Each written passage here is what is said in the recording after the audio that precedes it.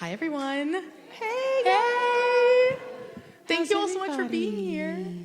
Hi, y'all. Look at this beautiful room. Thank y'all for coming out in the rain. It's just water, but still, right? People are like, oh my God, the rain, we're gonna melt. But we're here, and so thank you. Before we get started, are people comfortable? Is the temperature okay? Okay, anybody running hot? Okay, just let us know. Okay, so we're gonna try to keep it cool because we don't want the sound to affect anything. Okay, good, we're glad you're comfortable. Awesome. Happy Black Maternal Health Week, y'all!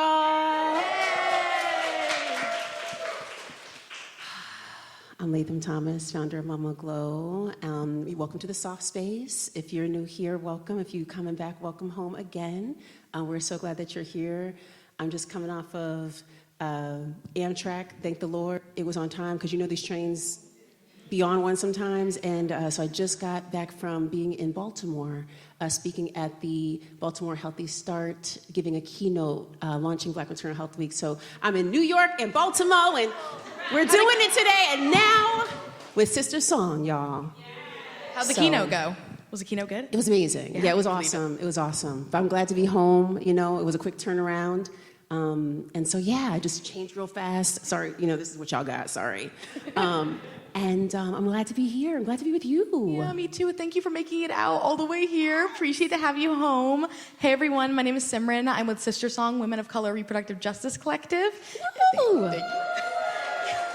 And we are so excited to be doing this live taping of our podcast. It's called Fuck, Marry, Kill. And we talk about how everything is reproductive justice. Everything can be looked at through the lens of communities, babies, mamas, environmental justice. That impacts babies and mamas. We talk about queer relationships, queer birthing. That impacts babies and mamas. And so just really trying to bridge the gaps between those movements and look at it as a holistic thing that, like, reproductive justice is everything, it's everywhere. But we start every episode with a game of Fuck, Marry, Kill. Have y'all played Fuck, Marry, Kill before? You know what I'm talking about? Okay, beautiful. Okay, so the premise of the game is just that you come up with three things, normally three people. It's like a road trip game, you know? Normally three people. So I'd be like, Usher, Johnny Depp, Adam Sandberg. Ooh. Fuck, marry, kill. So you decide who you're gonna fuck, who you're gonna marry, who you're gonna kill. And that's that. That's the game. It's simple, but we do it with concepts normally. So yeah, we start every game, or every episode, with a game of Fuck, Marry, Kill, and then we get into the topic. So today I'm gonna be talking about birth justice with Latham. I'm so excited to be here with you. So excited too. Is there any other introduction you wanna do for yourself or for MamaGlow before we get into it? I mean, welcome, those who are listening, those who are here. Latham Thomas, founder of MamaGlow, MamaGlow Foundation. We are a global maternal health and education platform, training doulas, nurse care managers, and really here to improve maternal health outcomes. And so to the foundation, we provide pro bono doula services. A lot of people in this room are part of our community, and so we're so thankful to be here in service, but also in community with you all, right? Like, we do this work together in coalition, so we're thankful. Latham, we're gonna play a game of Fuck, Marry, Kill now. Okay. We're gonna do Fuck, Marry, Kill with pregnancy symptoms. Oh, okay, thank God. I thought she was gonna give me Adam Sandler, y'all. I was like, woo! Usher could have stayed, right? Like, yeah, marry Usher, that's done. Easy. Pregnancy symptoms. Okay, fuck, marry, kill, morning sickness, pickle cravings, and peeing a million times. ooh, morning sickness, cravings. You said pickle cravings? Isn't that a thing, or pickle whatever? cravings? Don't people get pickle cravings specifically? Yeah, it's like sodium and all that. Yeah. So, this is interesting. Okay, so we'll marry. What would I want to marry out of these? Well, I guess the pickles, because then that comes with food, right? I grew up with a grandmother who made her pickles at home. Anybody? Girl, my grandmother, she would have a garage, and you would go into the garage, and there was another freezer. You know how they got that other freezer that you're like, why do we need this? It's for pickles. And so I would go in there, me and my cousin would go in there, and we'd just be eating the pickles. And she'd be like, I swore we had, and it was because we were in there eating all the pickles she would make. But so yeah, pickles would be good. I have other foods that I really liked in pregnancy. Anybody have foods that they liked in pregnancy? Anything special, interesting, weird? Cereal? That ain't weird. Oh, every day. Okay, yeah. What kind of cereal? Okay. Your cholesterol is way low. You got the honey nut cereal. For me, it was this seaweed sandwich, y'all. I mean, it had other stuff in it, so don't judge. But it was like, and it was at this place called Angelica's Kitchen, which does not exist anymore, but it was one of the first organic restaurants in like the East Village. And I was living all the way on the west side. And this is before we had Ubers, before we had, we had delivery, but it was not like, you couldn't like Grubhub nothing. So I would have to send my baby daddy like all the way across town, and he would take like 2 trains and a bus and then walk and to go get me a sandwich, y'all. And I'd be like, can you please go get it? He'd be like, God damn. But it was amazing. And it was like the iodine, like I really wanted that. It had sauerkraut in it and stuff. And so that was like the thing that I used to crave a lot, I remember. It was like tofu. I wish it was here, actually. I wish they still had this restaurant, but it closed down, unfortunately. But I think I gave them all their business through my pregnancy. Yeah. They actually closed down because they took your money and like went and did something else. Like, Probably, right? They're good now. So that's who I'm marrying on the food side. Let's think about kill. So it would be morning sickness or peeing. I would have to say, oh God, you guys, this is not fair because like I have to marry one of these. Yikes. You have to fuck one. You already married. Oh, sorry. Yeah, exactly. That's what I'm saying. Yeah. Right. So I would say that I would have to kill morning sickness because just like, why? I mean, some people, when they experience it, obviously, it's not it's a misnomer, right? Because you can experience throughout the day. It can happen any time of day. And it can range from sort of queasiness all the way to actual vomiting. And that just disturb your day. Anybody got time, right? We have things to do, y'all. So we cannot be sitting up here, just hanging out by the toilet all day or wondering, like, if something's going to happen. But let me tell you this. When I get in a car, like a taxi, on these New York streets that got all the potholes, and I'm like, what is it like? We really do need an off-road vehicle to drive here because of these roads. And so I'm like in the back seat. I'm like, by the time I get to where I'm going, I'm sick. Like I literally get to the airport. I'm like, I need like the C-bands. I need the ginger. I need all the things before I even, because I've been on a trip by the time I get there. Yeah, I took an Uber yesterday and I got home. My sister's here, and when I got home, I was like, I need a Tums. Like, I was like, something's wrong. Like, it's like, what are y'all doing? So I would definitely say get rid of that because we just need ease, right? And tummy stuff just is terrible.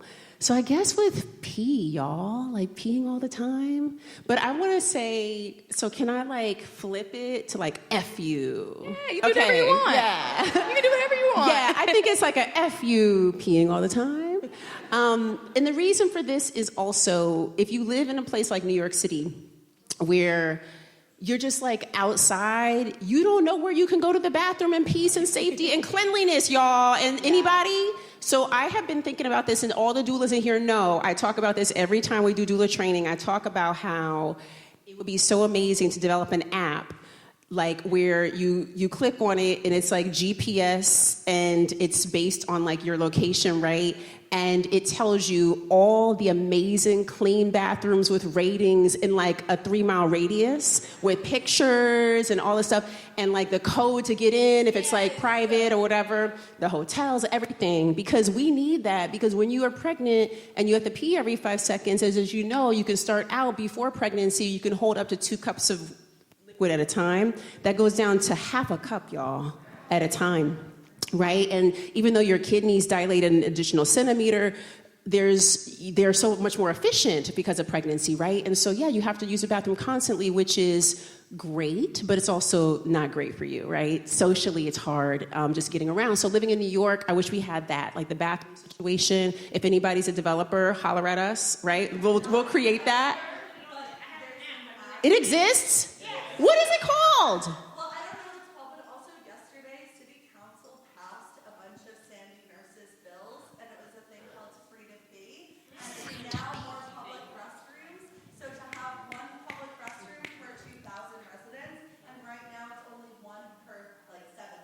Oh, that's a major difference. You That's manifested a that. huge difference. You manifested that yesterday. Y'all, even just getting here, I had to use the public restroom at the Moynihan train station, whatever. Y'all want to know how long that line was? I thought I was getting into a club. I was like, am I in the right space? Yeah, what's the cover? It was like, they had like stanchions to get in because it was that long of a line. Meanwhile, the men were like, just getting in and out. I was like, we finna take over that bathroom. But yeah, so we need this. So thank you for that. Thank you for the work that's happening around this. But yes, I would definitely say, like, we got to get rid of constantly peeing. Like, it's a lot as well. Okay, so fuck that. Fuck that. Yeah, there you go. I like it, Latham. Those are great answers. So we're here for Black Maternal Health Week, and I want to know, what does Black Maternal Health Week mean to you? Why is it so important? What does it mean to MamaGlow and the work that you're doing? Yeah, so, I think as a Black woman, as a woman who was born of Black women, who is part of a lineage of women who are mighty, but also have endured a lot, for me, I think about this time and this moment that we're actually experiencing currently as one of softness, of resilience, of ease. I see doulas taking care of themselves. I see mothers and birthing folks who are reclaiming their narrative around birthing and what that means for them. To me, it's about liberation. It's about imagining a future of our own design. It's storytelling. It's passing down our ancestral traditions and our magic. It's reclaiming these tools, that our ancestors also passed on to us, that are encoded in our cells. And to me, it's just, in the face of white supremacist patriarchy, it is an opportunity for us to stand up and be fully ourselves, and take an entire week. First of all, we should be taking more than that, okay? But it's a kickoff, right, to a larger discussion, and also a time for us to really think about solutions and what we're doing really well. I love this time to just celebrate the things that we've done well, all the wins that are happening, looking at all the organizations, individuals, community members, and people who are doing such powerful work, and celebrating that, And so to me, this is a powerful time for us to do that. And for MamaGlow, it's an opportunity for us to bring community together like this moment. It's working with organizations like Sister Song, who we love being in community with. It's bringing people together from all walks of life to start weaving our work together, right? I always talk about this kind of cocooning that we do as community, and then our work enmeshes, and it's really beautiful when we can come together and find solution. But I also think it's a space where, when we're building, we're also using the frameworks that have been left behind by movement builders and our literary ancestors like Audre Lorde and Octavia Butler, who challenges us to think about Afrofuturism and designing a future of our own making, right, by using frameworks that already are here. And so regardless of who's in office and what's happening, our work don't end, right? But we have to learn how to use the tools like Harriet Tubman, who was an astronomer, y'all, and also an herbalist, and a freedom fighter, an abolitionist who was out here carrying people by night passage. She was doing this work that we stand inside that legacy now, right? And we do that at the behest of reproductive justice, right? We use those same models to be archetypes to guide us, I feel like. So for me, it's just a calling back to ancestry and a reclamation of our power. And also just when people see y'all in joy and really see you living inside of your power, it pisses them off, right? They start taking shit away. They started finding ways to ban stuff, and it's you can't. No, we're the blueprint. You know what I mean? So you can't bury us. You could take everything away, because that's not where it's at. We all of that magic, they can't, we have it woven into everything. It's encoded. There's nothing that they could do that could rip away our legacy, right? There's nothing they could do.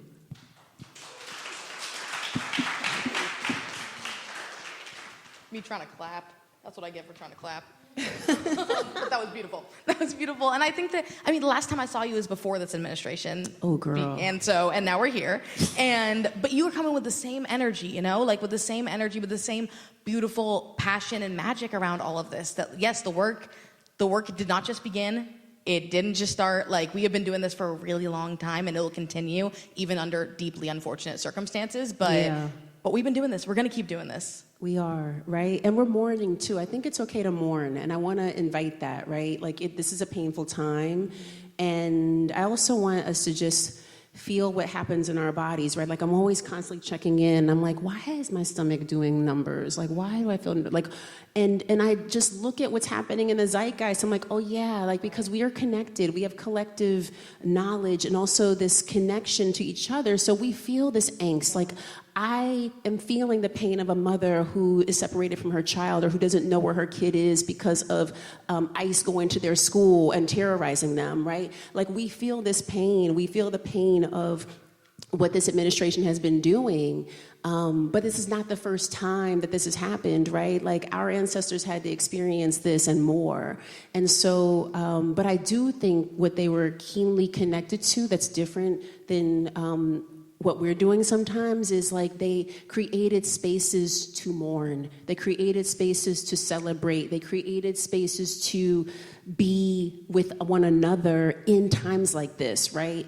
And they didn't do it like loud and online or whatever. They went underground, right? And so I think sometimes it's like important for us to take our things underground. Like, stop showing everybody our magic. Stop showing everybody the codes, right? And take some of that information with us and build and support each other, but hold one another, right? In the difficulty of this moment, because some of us really need a hug to get out of bed. You know, some of us want to weep and we haven't had the privilege of a breakdown. Like, it's a privilege to actually be able to break down, y'all.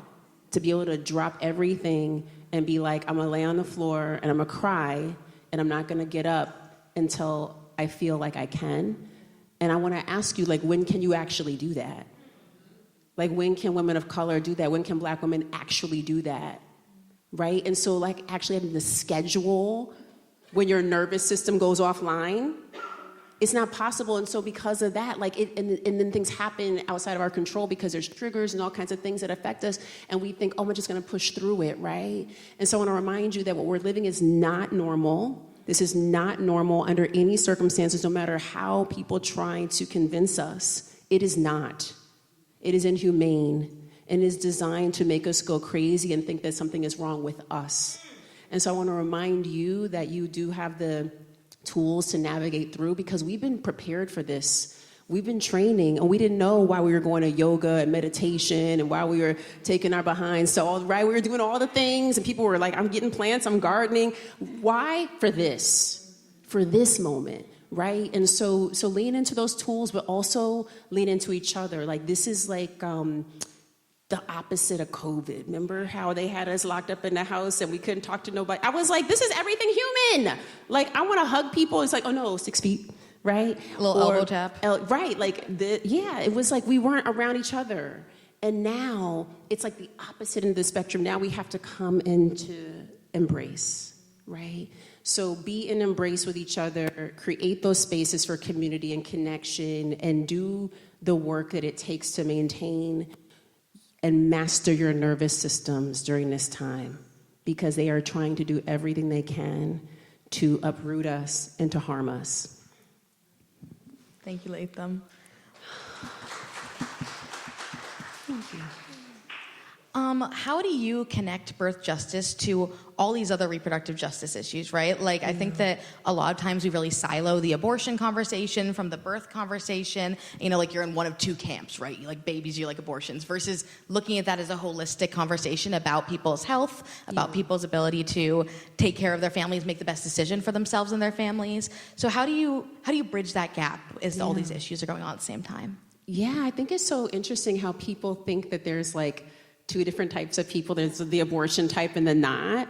And it's really just one person at a particular time of their reproductive life course journey, right? And at certain times, you have certain choices available to you. And I think there's also the illusion of choice. Like, what is choice in a society that undermines your existence? What is choice in a society that erodes the social service safety net illegally and takes away things from people who are already underserved? What is choice when literally we're having compulsory pregnancy, but then no education, no food, no job security, no health care, no housing, right? No environment in the next 50 years, right? It's like that. So it's an illusion of choice, right? So I think that we've set it up. Also, when the baby arrives, it's like there's no federal paid leave policy in place. How do you even stay home with your children? The people who are family values people literally want you to be at home, but they don't want to pay you to be at home, right? And they also don't want our babies unless they're going to be, servants, right? Enslaved or incarcerated, right? And so the same people who are like, oh, your son's really cute when he's 3 are also trying to incarcerate my son at 21, right? And so when I think about reproductive justice, I think about this. I think about like my ability to birth a child and then also watch him grow up into adulthood. But I think about my inability to rest when he's out. Like when he goes out at night and I'm like, I can't rest, like my stomach's in knots and if I text and I don't hear back immediately, I notice the welling up of nerves, right? And how nervous I feel when I don't hear from him. And I know that white women don't have to think about that when their kids go out at night. And so to me, that's a reproductive justice issue. I think that we should all be able to rest and know that our children are safe, right? And we know they're not because of state-sanctioned violence. Right? And so I think about, also if I decided not to have a child, right? And not to be thrust into a scenario where, like, if I got pregnant, that I would have to figure out where I could possibly go to terminate a pregnancy. And the fact that we don't even know our body parts because we've literally been rooting this information out of school systems. And so most people don't even know what they're fighting for when they go to march. They can't even name their reproductive parts, and it's not your fault. Right? But it's true. Most people don't even know what they're fighting for, but yet there are men, right, who have body parts that they're creating active legislation for, and there's not any legislation on record for male body parts as far as I know, reproductive ones, not at all, right? But for us, right, we have this situation where literally people who have no idea how the body functions are making decisions in these panels that affect all of our lives. And so I think about also the tenet of bodily autonomy and sovereignty, right? And we should be able to make choices that are our own and in the privacy of an appointment room with our physician and care team or other people who are part of our community is nobody else's motherfucking business, period, right? And so to decide that I'm gonna reach in and make a choice about your body, right? And also now your womb belongs to the state. What? No. So this, and also these draconian laws that are in place that mimic things like the Fugitive Slave Act. Like I'm going to tell on my neighbor because they had driven somebody to go get an abortion. Right? Like we're creating enemies of the people. We're making people not trust neighbors because if we don't trust each other, we don't build together and then we can stay siloed. And right, and this is what they want because they're actually afraid. And what's so interesting is the people who have done all this harm to us are terrified to let go of their guns. They're terrified to let go of power because they think that the people they oppressed would be just like them if they ever got power, right? And so this fear of dying out or a fear of not, being able to see into the future what their lineage will be because there's so many people browning the nation and so many people who do not have the same ideology or same background is a threat. Why is that a threat? Right? It's only a threat if you seek to be in power, right? If you seek to control and if you seek to oppress. And the people, and everyone knows this, right? And so this idea that we're going to control everybody, right? This is harmful also to the people who control, right? It's not just harmful to those who are oppressed, it's harmful to people who also oppress. And so I think that the framework is really powerful because it moves us away from just having a conversation about abortion alone. And it lets us see that there's a long and wide and expansive course that includes menses, right? First period, which is powerful, that moves into pregnancy and sometimes abortion and loss, right? Bereavement on the other side of that. And then we have menopause on the other side of that too. After pregnancy too, like that postpartum period, like everything postpartum is forever, right? And then you move into perimenopause and menopause, and like what a beautiful journey, but it's long, right? And so many things happen along the way. So abortion's one thing. Right? And I think it's important to also understand that when we talk about abortion, like the people who get them most already have kids. So this idea that it's like, oh my God, these people are ruining. It's like, no, they already did kids. They had kids already, right? They did it. They did it. Right? So it's like your whole argument, I don't know. But anyway, so yeah, they already have kids, a lot of them. And I served many people who had babies that they very much wanted that they had to terminate the pregnancy for various reasons. And I've had people who were ambivalent and decided, oh my God, I heard the ultrasound, I'm gonna have twins, I'm keeping them. I've had people who, like the whole gamut. And guess what? If you're a doula, if you're a community health care worker, if you are a family member, a friend, a community member, you just show up with non-judgment and you stand in the gap. Because we know that there are policy gaps that make it really challenging for people to get this care. And now more than ever, people do need abortion doula support. They do need bereavement support because a lot of people are having pregnancy loss, infant loss, right? We need community apparatuses in place for maternal death and near-death experiences, which we see happening so often in our community. And so I think that, this is an opportunity for us to really think expansively, right, about the entire reproductive journey and how we fill in the gaps that culturally and systemically have been eroding what's possible for us for the future. Yeah, and I think that focus on doula work as such a central piece of what we need right now, and that I'm an abortion doula, and I remember getting trained as an abortion doula, which was amazing. I was learning really specific things about abortion, but also a lot of what I was learning is how to love and care for people and be thoughtful and listen and be present, and those are human skills. Yes. Those are skills you can use for your best friend going through a breakup. Those are skills you can use for an abortion, for birth. There's of course those tangible pieces. Yeah. But a lot of what it is how to love the people around you. And I feel like that is the central skill that we all need to be cultivating, regardless of whether or not it's called doula work. Exactly. And I think to your point too, that care, that tenderness that's needed, because abortion is also birth. And so on the other side of that, there's healing, right? Yeah. On the other side of that, there is the experience of what happens postpartum, right, to your body, right? And so there's a mourning, there's a shedding, there's a loss, there's a psychological and spiritual and emotional transformation that also happens that people need to make space for.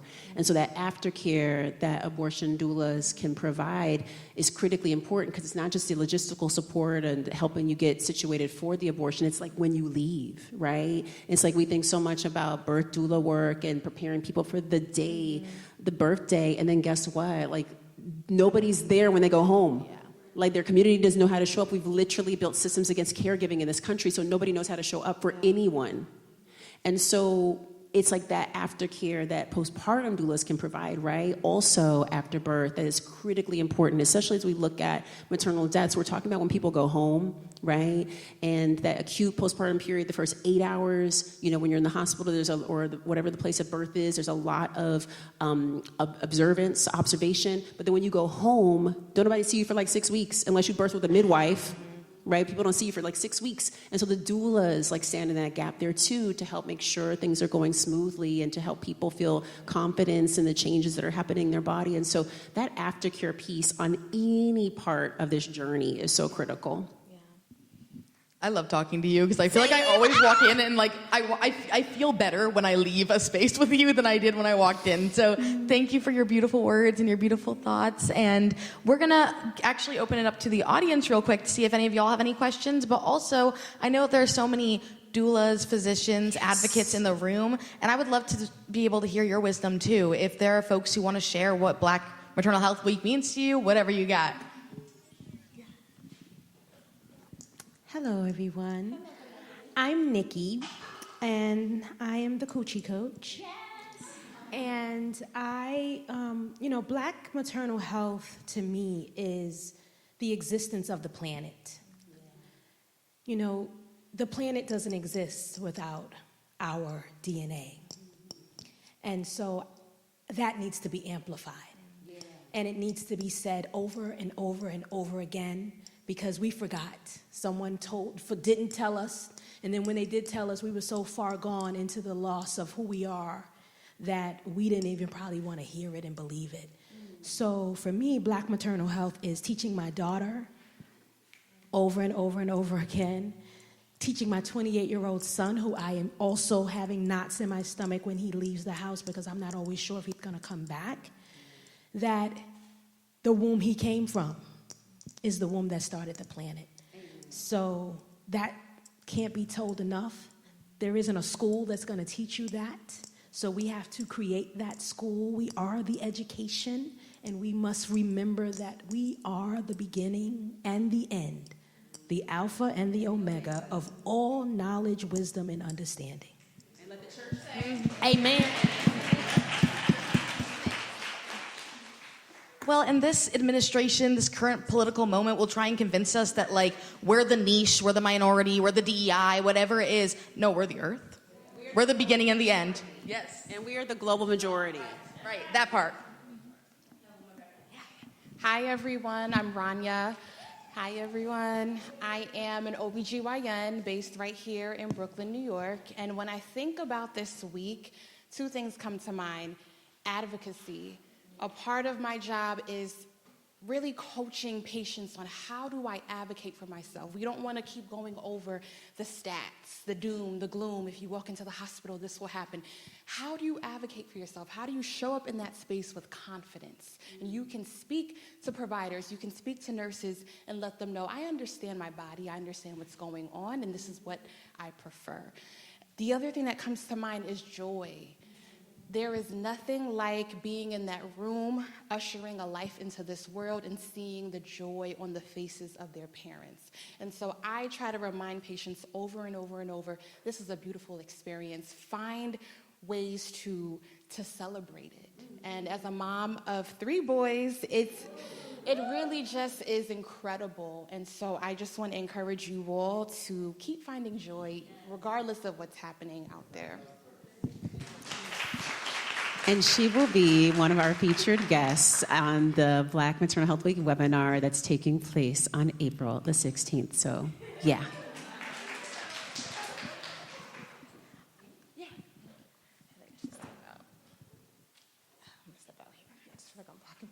Hi, everyone. My name is Imani. I am a new mom. I have a 15-month-old, and this is like the first time I'm stepping out the house. We're honored to have you. Yay! This is a celebratory moment. I know. So I was thinking, I'm here because I actually want to go into policy regarding almost like the cycle. So I'm a Black care educator, and I work specifically with foster care and adoptive parents who are not Black that adopt and foster Black children. So mostly white families. And so to be on kind of like the far end of that cycle after birth and where children kind of end up sometimes, and then I had a placenta abruption, for those who know, lost 2/3 of my blood. Me and my baby were, almost gone, but the NICU experience immediately after, so you all are talking about the doula work, that gap, we were in the NICU for a month fighting the doctors, because we had to advocate. I had to call my midwife, who was in Jersey. I was in Arizona, on the phone, calling my doctor, cousin, my brother, having everybody else have to advocate for me in that space. And so one of the things that I wanted to share and to see if you all were aware, anyone that works in this space, that whoever has had a C-section emergency C-section under general anesthesia and have not felt like they have had the baby because you were not able to see or feel anything. And so that joy that you were talking about, I feel like I'm still looking for it because I don't feel like I had a baby. And it's a very interesting experience because I'm a scientist by education, but so my logic is like, I know this baby, they told me this baby is mine and I think it was inside, but I did not see the transition. I did not feel any of the magic. I just see the evidence. And it's a very interesting space to be in as someone that fights so hard for Black children, but also knows that I have to protect, and I have a boy. So like leaving him, with my family at home, I'm like getting text messages every 5 minutes with pictures because I need to make sure that he's protected and he's safe. So I just wanted to touch on that feeling and that gap that is probably well known to a lot of people that maybe go through something very similar in the birth room. And I plan to have an at-home water birth with all of the magic and all of the things. And then emotions got the best of me, and I started bleeding out and had to go to the hospital, which was 25 minutes away. And I was fine. Everything was fine. I was very still because I understand myself. But to the point of this week, and understanding statistics and everything, and still being mindful of that, but still trying to be spiritual and mindful and intuitive, I laid on that table and I told all of my white doctors and practitioners that were around me, I said, do not make me a statistic before I go to sleep. Thank you. And play Hamilton while you do it. Thank you. But yes, thank you so much for your work. And if you all know anyone working in policy, I'd love to connect with them so I can continue to fight in another way. Thank you.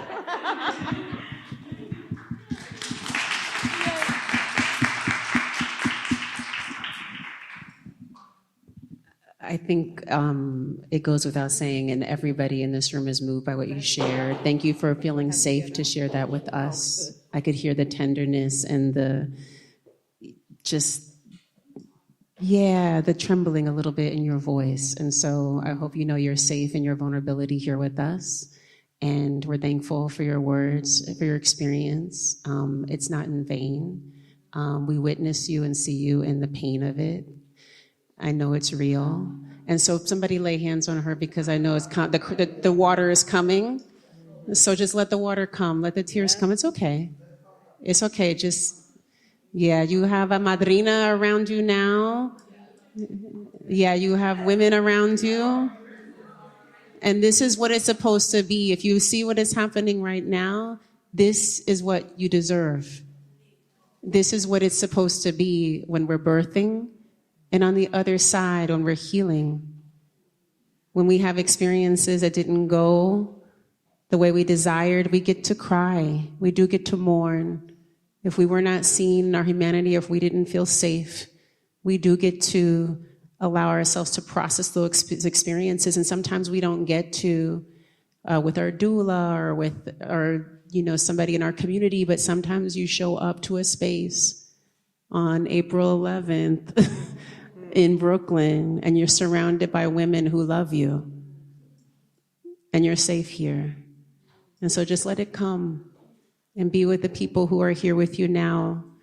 There's many people in policy in this room. That's a whole nother thing. But right now, just be inside of the feelings that are coming up and let the people who have come to your aid, who have come here to surround you and care for you, let them take care of you. It's okay. Let them take care of you. It's okay, Imani. Bless you and thank you. Yeah, thank you. Hello. Hi. Hi. Greetings to you, blessings. I'm Dushi, I'm a doula. I wanted to speak about give thanks for this space, give thanks for what I feel right now. I feel all of our ancestors just showed up and are helping us, guiding us to the next phase of the journey that we are embarking. 47 years ago, I gave birth to a beautiful baby boy that I didn't get to see for 7 days because they said that he was going up instead of coming down, and I had a section with him. And I was infected because of non-sterile stuff. And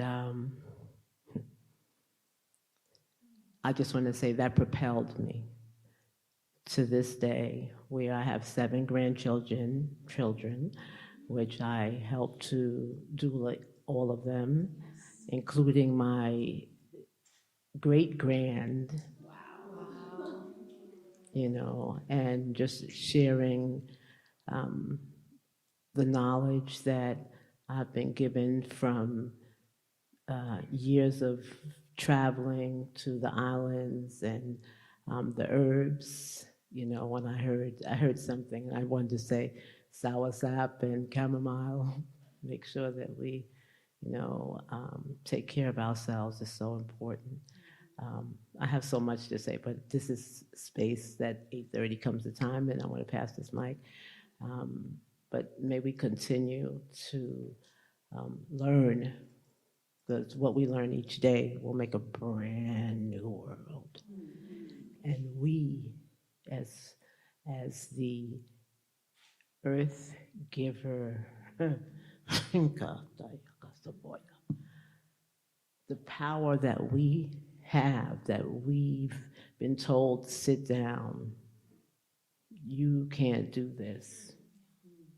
We know today, we stand up, and I hear someone, Maya Angelou, say, and still I rise.